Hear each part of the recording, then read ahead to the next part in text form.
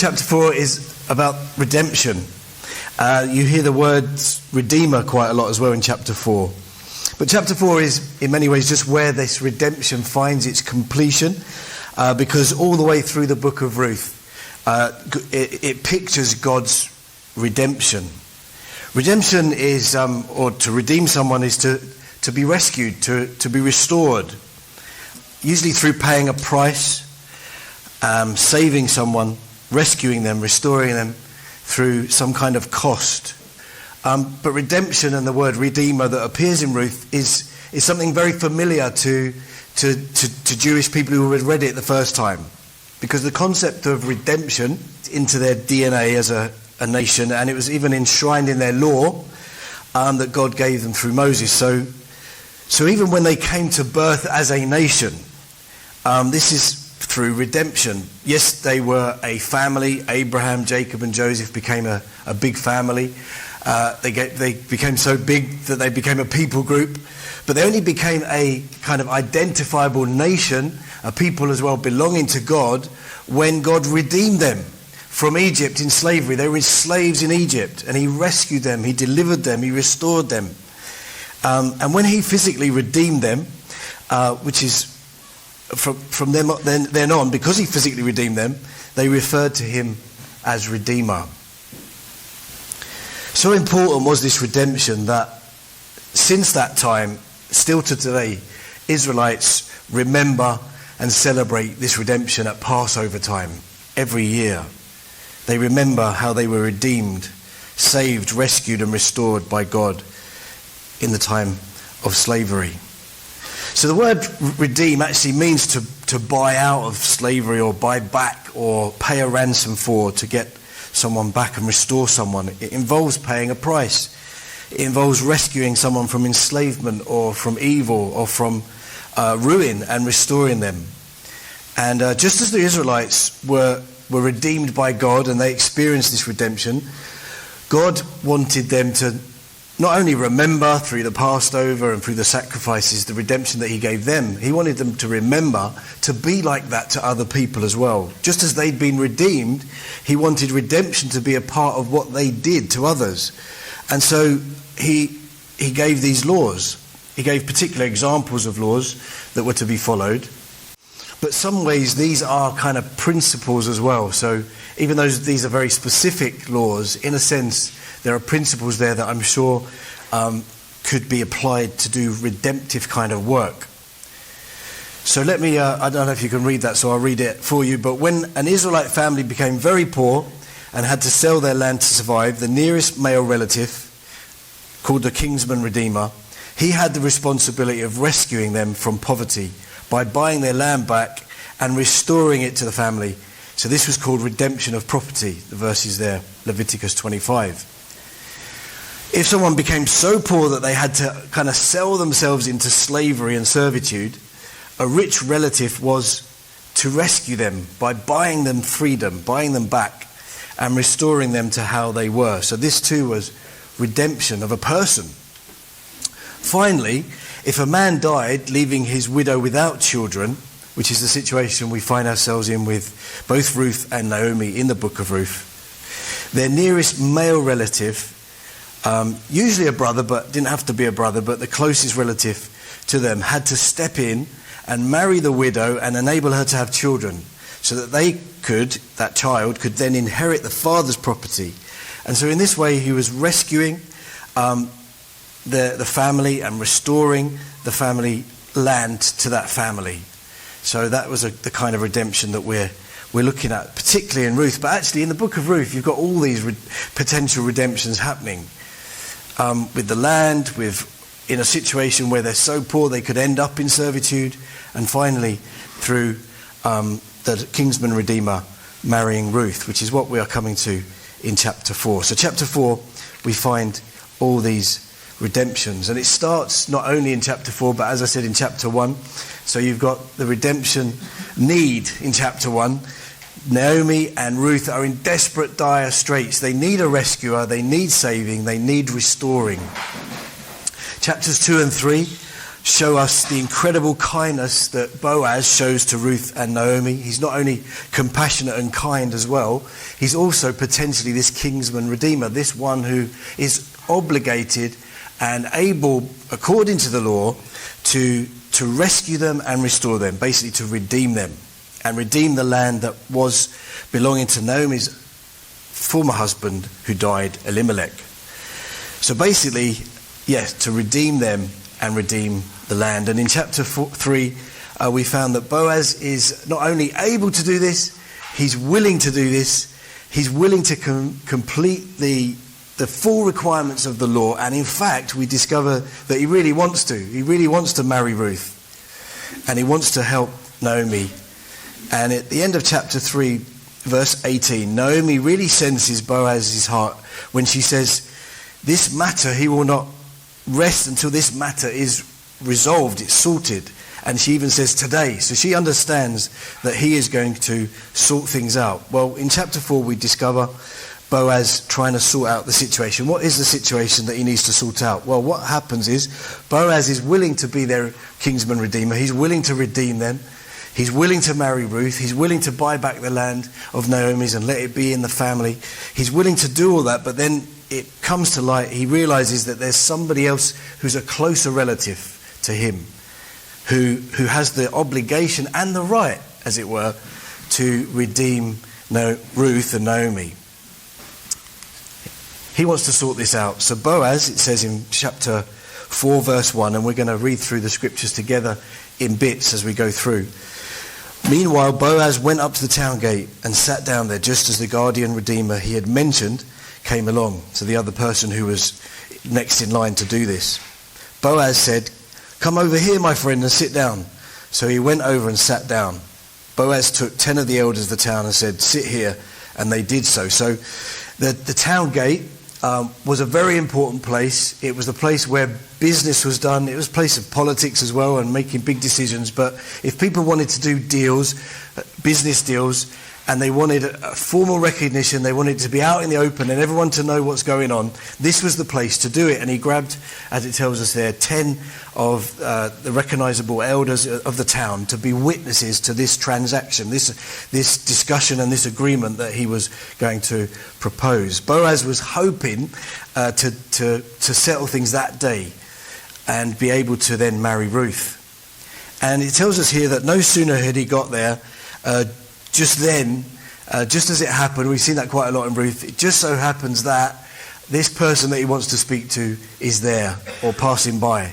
And we've seen that a lot in Ruth, haven't we? How there's these kind of God incidents where people coming and going at just the right moment as God is seeking to do his work in their lives.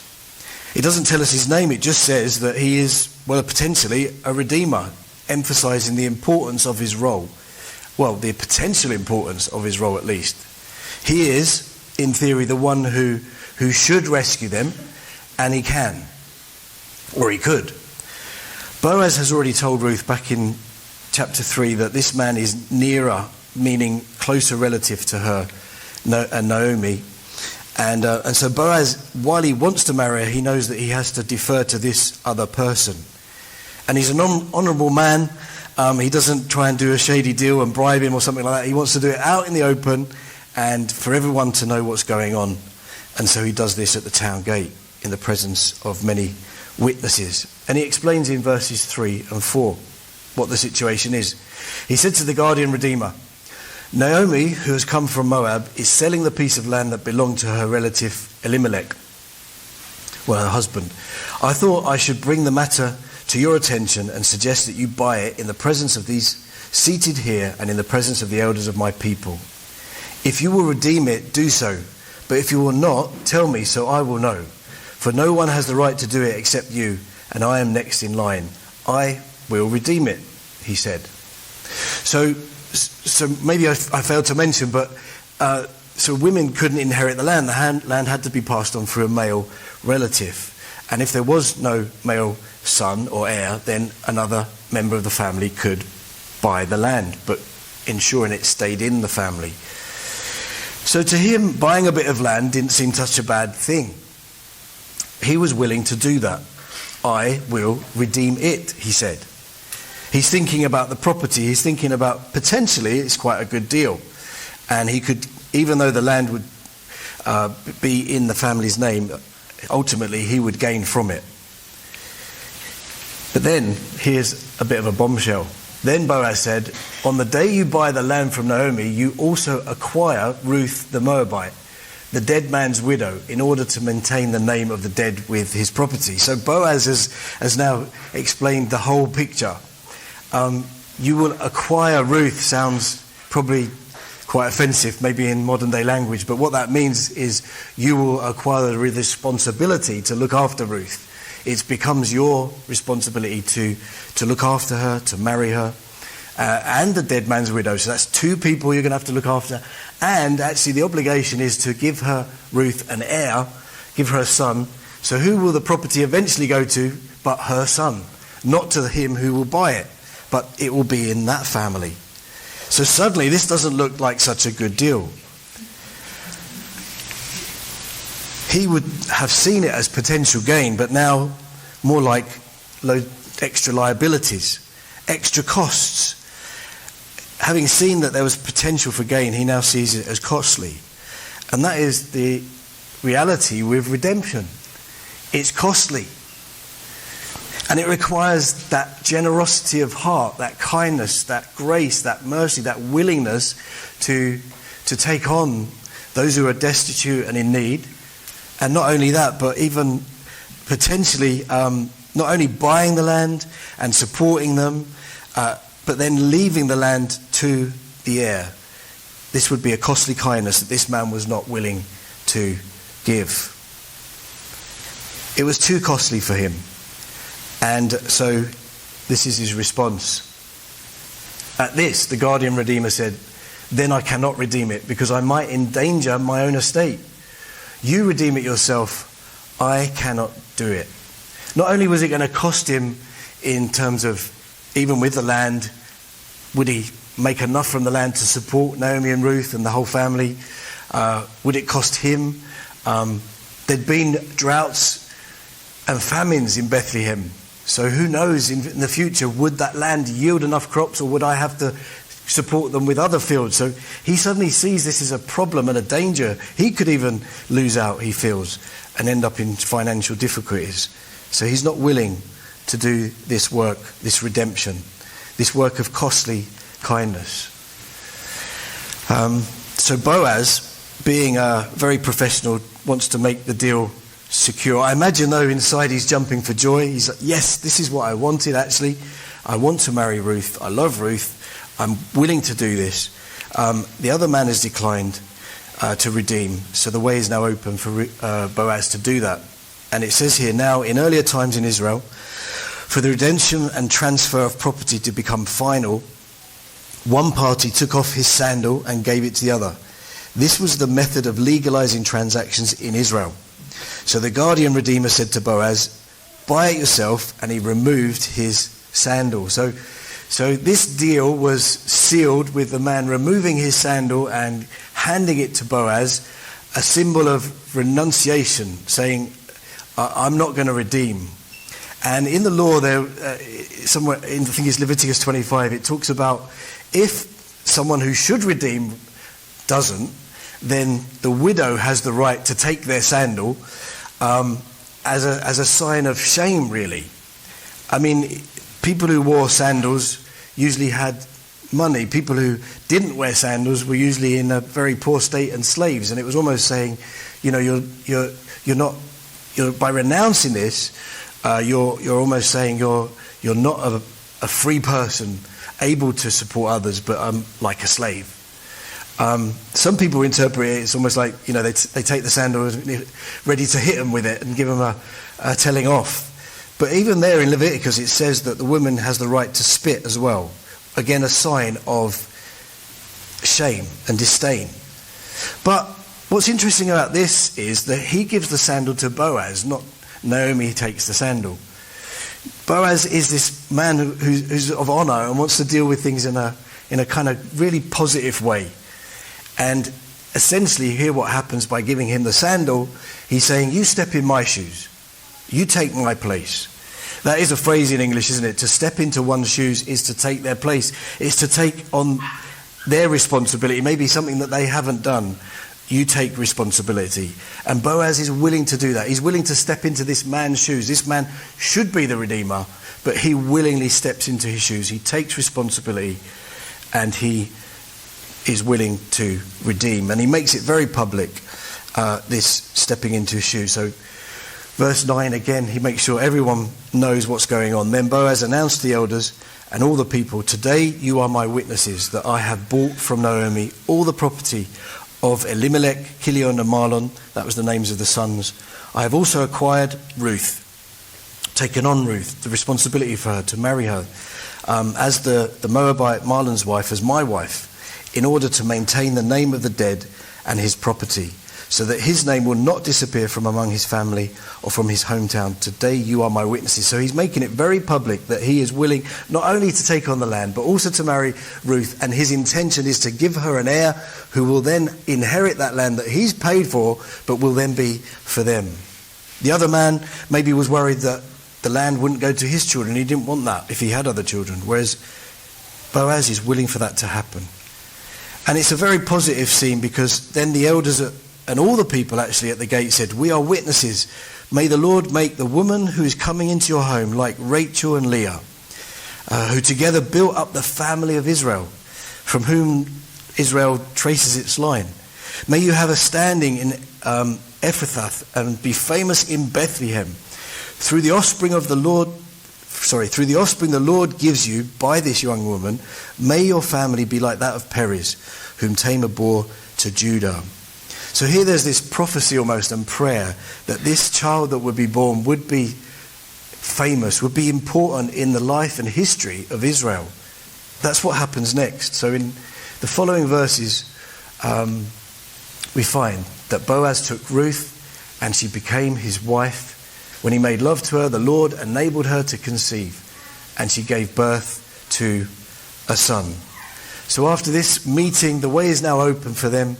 We don't hear a lot about what happens and how it happened, but basically very soon they are married. He takes Naomi and Ruth into his family. He produces an heir. He basically fulfills all the obligations of a redeemer in every way. But note just there, who gets ultimately the credit for this child? In 10 years of marriage, Mahlon and Ruth couldn't conceive. And so, like many women in the line of Christ, the baby born is like a miraculous birth. God enabled her to conceive, which is what's happened already in the history of Israel, and also pointing forward to the miraculous birth of Jesus Christ through Mary. So this birth takes on massive significance in the life of Israel. This child has a larger significance than simply a wonderful gift to Boaz and Ruth. And the women point this out in their phrases that they say to Naomi. The women said to Naomi, "Praise be to the Lord, who this day has not left you without a guardian redeemer. May he become famous throughout Israel. He will renew your life and sustain you in your old age. For your daughter-in-law, who loves you and who is better to you than 7 sons, has given him birth." Then Naomi took the child in her arms and cared for him. The women living there said, "Naomi has a son," and they named him Obed. He was the father of Jesse, the father of David. There's so much in there, not enough time to unpack all that's said there, but basically they're saying that in addition to Boaz being a redeemer, this child is a redeemer too. This child Obed will play his part in their redemption. Naomi takes him in her arms, and the women of Bethlehem pronounce a blessing on Naomi, that though it's Ruth and Boaz's child, it's also the continuation of her line and her family. And maybe Naomi isn't that old after all, because there's almost this promise that she will benefit and be blessed by Obed when he grows up, when he becomes the redeemer, when he works the land, when he provides for her in old age as a widow. And so both Boaz and Obed are to be viewed here as redeemers. But of course, they are also again a picture of another redeemer to come. Just as Obed's miraculous birth pictures the birth of Jesus, so they, as redeemers, picture the work of Jesus, the Redeemer. As Ruth and Boaz give birth to Obed, he becomes the father of Jesse, the father of David, King David, who we know is a direct ancestor of Jesus. Through this family, the Saviour was coming. Finishes with a genealogy that you'll find repeated by Matthew in the Gospels. The first page or the first lines of the Gospel basically have this from Ruth. It's literally lifted out of Ruth and placed in Matthew, the genealogy of this family, which there it says Jesse the father of David. Obviously Matthew adds King David. So here Matthew sort of reminds us and shows us that this was all part of God's plan. That this baby born, so in Matthew this continues all the way to Jesus, the actual Redeemer, the perfect Redeemer. Not just the Redeemer of Naomi and Ruth, but the Redeemer of anyone and everyone who will believe. And so at his birth, this is what was said by the angel. You shall give birth to a son. He's talking to Joseph and Mary, and you are to give him the name Jesus, because he will save his people from their sins. To save. It's another word or way of saying rescue. It's another way of saying redeem. The word redeem, obviously, yes, means to buy back. And we were enslaved to sin. We were enslaved to the consequences of sin. We couldn't get ourselves out of that situation, as we've already sang. But Jesus had come to do that for us. He came as Redeemer. And the book of Ruth is pointing us to that redemption. It's pointing us to that Redeemer, the Redeemer of all. Telling us that there is a Redeemer. The wonderful news for Naomi and Ruth, and we can rejoice in such a wonderful story, is that that can be our story spiritually. Saved from certain destitute and death and destruction even because of sin, enslaved to our sin, unable to free ourselves, unable to deal with our sin, and so cut off from God both now and forever. But Jesus comes as the Redeemer, and through costly kindness, because of his love, because of his mercy, because of his grace, he willingly takes our place. He willingly steps in to our shoes and takes responsibility for the things that we've done wrong. And he gives his life in place of ours. And he takes upon himself our sin so that we can be forgiven, so that we can be freed. Such is his kindness, such is his grace, such is his mercy. But what a cost! His own death, his own separation from God, the Father on the cross, because he who didn't know sin becomes sin for us. This is redemption, and it involves this costly kindness.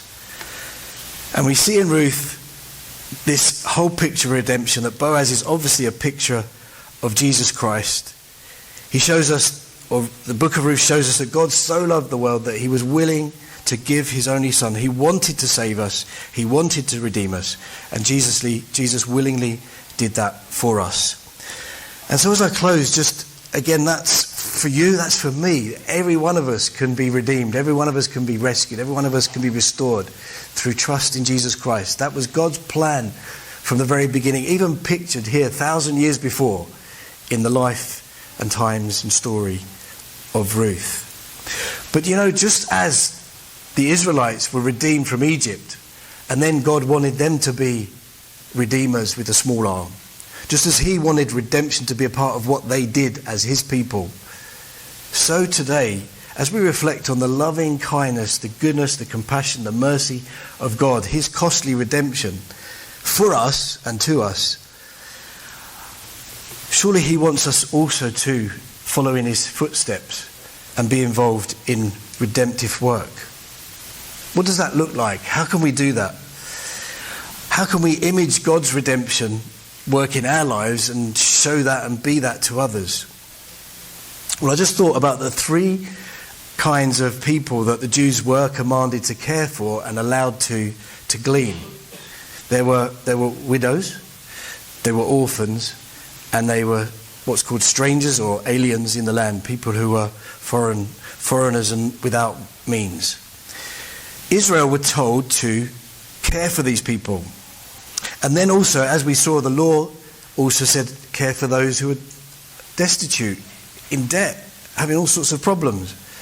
And so just a few examples, and you may be involved in all kinds of different things, but, you know, welcoming and taking into your home a child who has no home. Offering family, that is costly, but what kindness. Or getting alongside young people in Abbey Wood who maybe don't have great role models in their lives, and spending time with them and seeking to support them can be costly, but a kindness. Taking care of widows or someone in a similar situation in our context through just helping them practically, or just moral support, just being there for them could be costly, but what a kindness. Welcoming and taking in internationals who've left their homes, their families, their culture for whatever reasons, maybe to study or maybe as refugees fleeing war, feeling lost, feeling lonely. Again, getting alongside such people could be costly, but a kindness and redemptive.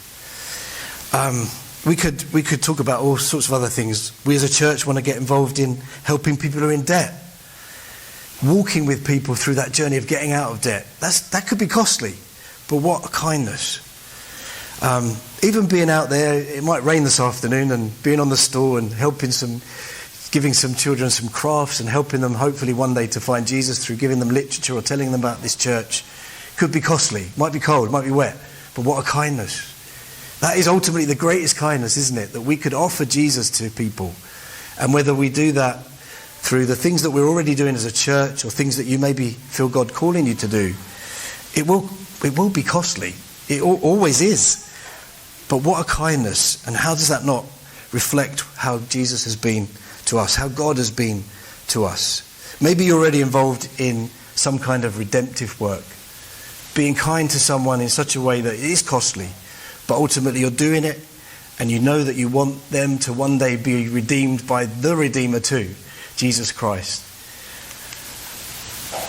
And that is the message of Ruth, and that is the message that we have to take to others, that there is a Redeemer. And whatever we get involved in trying to take that message to people, it's going to cost us. But as we reflect on if we've been redeemed, if we've been saved, if we've been rescued, if we've been restored, we've received such costly kindness. And so for us to do likewise is to image God and really shows us to be genuinely his people. But let's finish singing, rejoicing, celebrating as we come to the end of this book that there is a Redeemer. There is a Redeemer. If you've put your trust in Jesus Christ already, he's your Redeemer. There is a Redeemer. People need to know about the Lord to be saved. There is a Redeemer, Jesus Christ, God's own Son. Precious Lamb of God who died in our place, Messiah, the Holy One of God. So let's finish with these words, there is a Redeemer.